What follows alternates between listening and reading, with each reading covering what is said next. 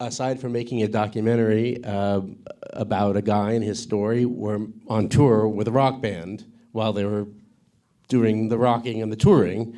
That must have been an unbelievable experience. I mean, first of all, just a logistically problematic experience for filmmakers. They lived in the lap of luxury, just like the band. You did? No, they didn't. Sex, drugs, and rock and roll? You can tell us. It's okay. I mean, okay, we had very few resources, okay, because we did this on our own dime. It wasn't this big budget documentary. We took the leap of faith, really. Because I told Capella, the band said, yes, come on board.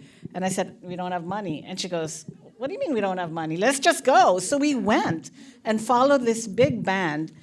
And they're big business, rock and roll, okay? So everything is like this well-oiled machine. And then we were inserted into this well-oiled machine, which was problematic for the management, problematic for everyone. And so because of I'm assuming you had never been backstage at a big rock and roll tour. I mean, you didn't have experience with this. No, not every night. It's like we're there. No, I mean certainly also, you had bought a ticket to see a show, but you had never been there. Yeah. Nah. And also, they were not. Okay, this was the biggest surprise to me. They weren't used to having cameras backstage, and I just thought that they're a rock band. They're used to press and people with cameras backstage. They were so not used to it.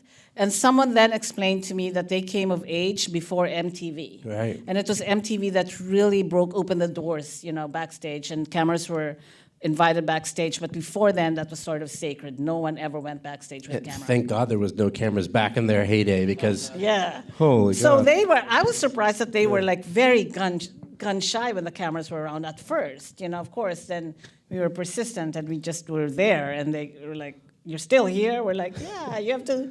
Right, remember, our deal was we were going to be here every day for the rest of the summer, but they were. All right, so producers, what kind of challenge did that face for you? The whole summer was just crazy. You can't even imagine how hard these guys work. I mean, you wake up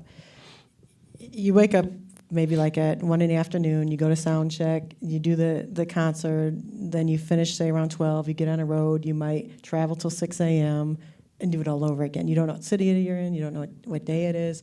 And we were on our own dime, like she said, so it was Ramona, myself, 2 camera, and a sound, with all our gear, all our luggage packed in a minivan, like just driving through the night following these big tour buses. Wow. And so, they had showered and was sleeping. And sometimes we would check into the same hotels. Like if they were at the Four Seasons and they might have a day off, then we would have to be at the Four Seasons, so we would more likely be able to follow around with cameras. But if it was just a one-nighter and they went to the Four Seasons, we would go to Motel 6.